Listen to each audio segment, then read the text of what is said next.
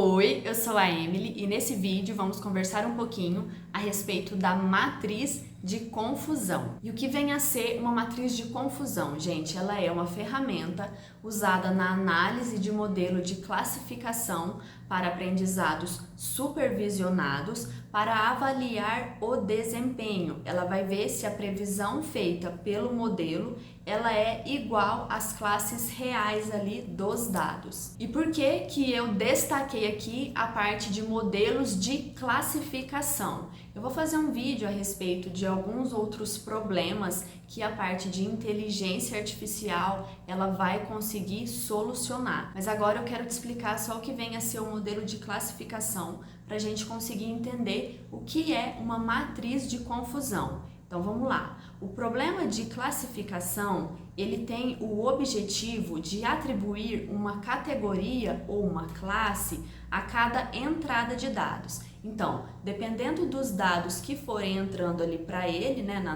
no nosso dataset ali, ele vai ter uma classificação final. Igualzinho os dados que a gente vinha estudando nos últimos vídeos dessa playlist. Eu tenho vários atributos ali e eu tenho uma classe. Então, o meu objetivo é fazer uma classificação para ela. Nesses tipos de problema, nesse tipo de modelo de classificação, a matriz de confusão ela vai ser muito útil, porque ela vai nos ajudar a visualizar e entender o desempenho desse modelo. Ela vai mostrar os verdadeiros positivos, verdadeiros negativos, os falsos positivos e os falsos negativos. Lembra que a gente conversou com isso no vídeo anterior? Se você ainda não viu essa questão dos verdadeiros positivos, verdadeiros negativos, eu vou deixar aqui em cima no link para você assistir, porque lá eu explico direitinho o que é cada um deles. Só que os problemas que não são de classificação, como os problemas de regressão, por exemplo, onde a saída é um valor contínuo, a matriz de confusão ela não vai ser aplicável. Em vez disso, métricas como o erro médio quadrático, o MSE, ou o erro absoluto médio, ou ainda o coeficiente de determinação, o R elevado ao quadrado, a gente já viu isso também nos vídeos anteriores. Nesses casos que não for de classificação, essas métricas vão ser utilizadas para avaliar a precisão do modelo nessas situações. E qual que é a estrutura de uma matriz de confusão? É realmente uma matriz. As linhas aqui, elas vão representar as classes reais em que os resultados deveriam ter sido classificados, enquanto que as colunas, elas representam as previsões que o nosso detector, que o nosso classificador, no caso, ele fez. Então, usando essa tabela aqui, fica fácil ver quais previsões são erradas, se tem mais previsão errada do que certa e assim por diante. E analisar esses valores dá uma ideia ali da precisão do modelo. Por exemplo, esse aqui, eu classifiquei como sendo spam e não spam. Então, aqui tem a linha da classificação real e aqui a linha do que o nosso classificador, a coluna, né, do que o nosso classificador classificou. Então, analisando essa nossa matriz aqui, essa nossa representação, a gente pode identificar que 150 são os verdadeiros positivos, são os spams corretamente classificados como spam. 800 são os verdadeiros negativos, não spams, classificados como não spams mesmo. Então, a nossa classificação aqui, ela tá perfeitinha para 800 não spam e 150 como sendo spam. Olhando para esses dois valores aqui, esse primeiro a gente consegue identificar um falso positivo. Ele diz que ele é um spam, mas na hora que você vai ver aqui, olha, ele não é um spam, esse valor de 20 aqui. Então, ele é um falso positivo. E o 30 é o falso negativo. Ele diz que não é um spam, mas na verdade ele é um spam. Então, por isso, um falso negativo. Então, resumindo, gente, a nossa matriz de confusão, ela é uma forma muito útil da gente conseguir visualizar e conseguir avaliar mesmo o nosso modelo de classificação, o desempenho do nosso modelo de classificação. porque ela vai mostrar a quantidade exata.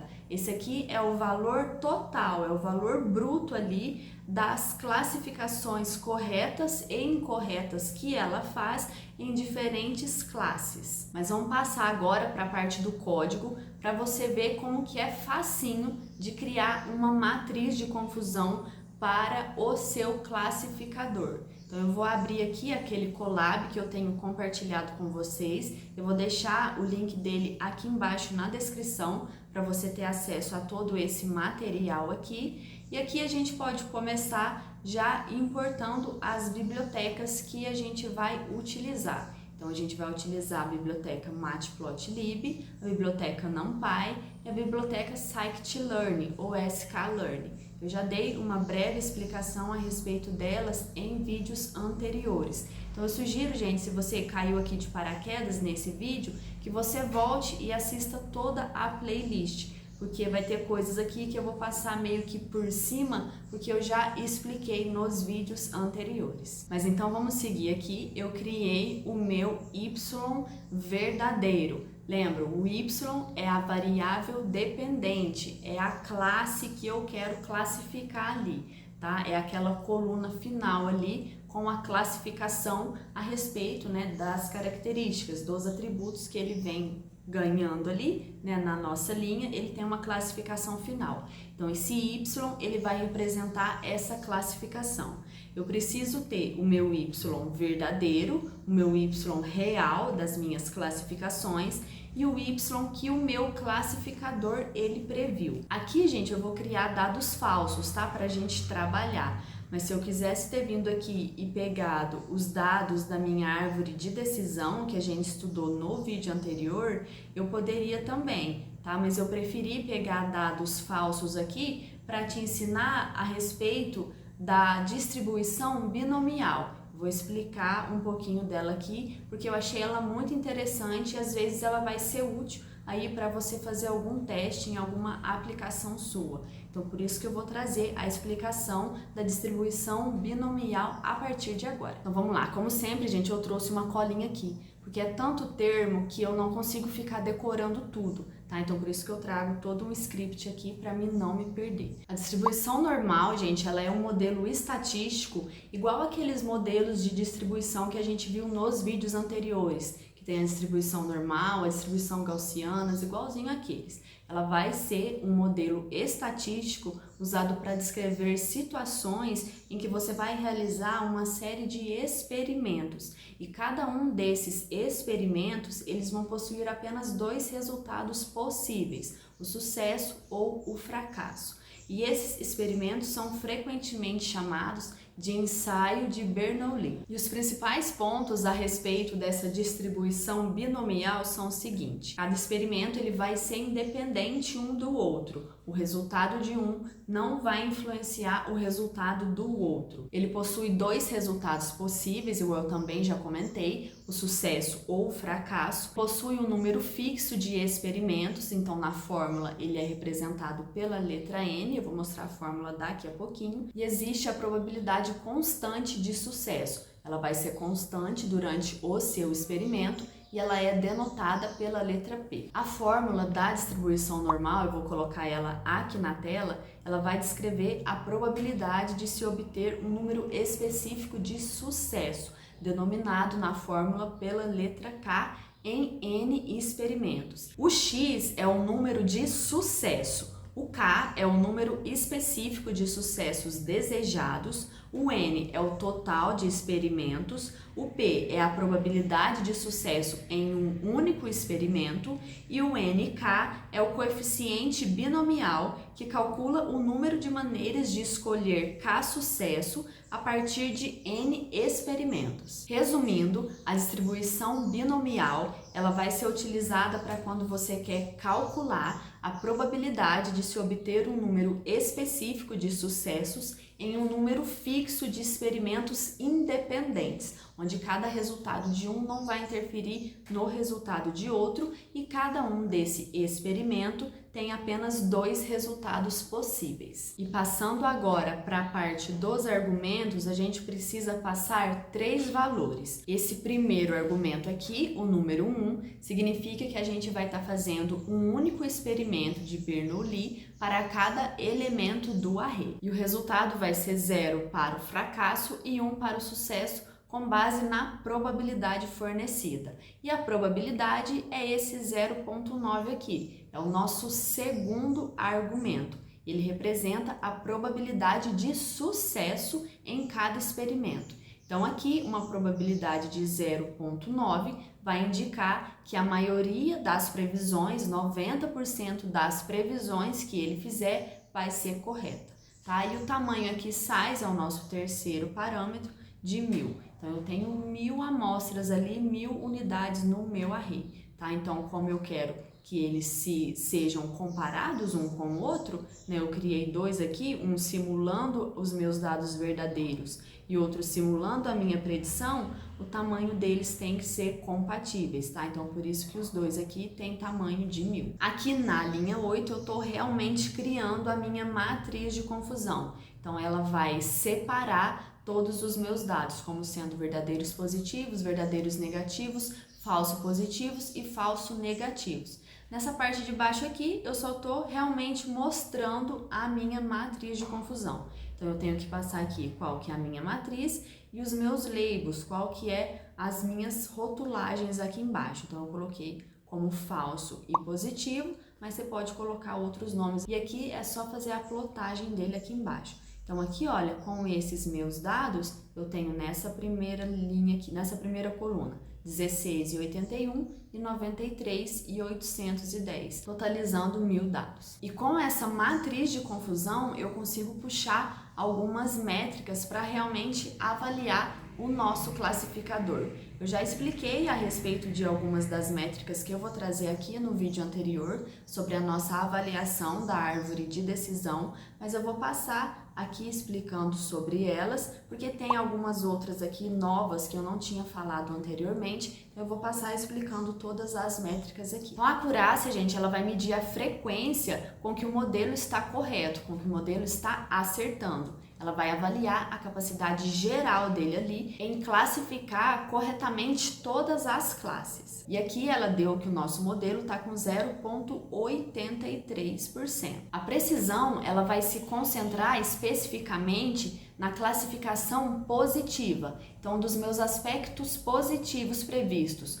qual que é a porcentagem verdadeiramente positiva? Ela não vai avaliar os casos negativos previstos corretamente. Então, aqui ela retornou que é 0,90, arredondando aqui. O recall, a revocação, você tem que pensar o seguinte: de todos os meus casos positivos, qual que é a porcentagem de casos positivos previstos? E essa recall, ela vai medir o quão bem o modelo é em prever os positivos. Isso significa que ele vai analisar verdadeiros positivos e falsos negativos, que são positivos que foram previstos incorretamente como negativos. E essa sensibilidade, ela vai ser boa para compreender quão bem o modelo prevê que algo é verdadeiramente positivo. Então, a nossa revocação aqui está dando como 0,91. A especificidade, gente, ela é bem semelhante ao recall,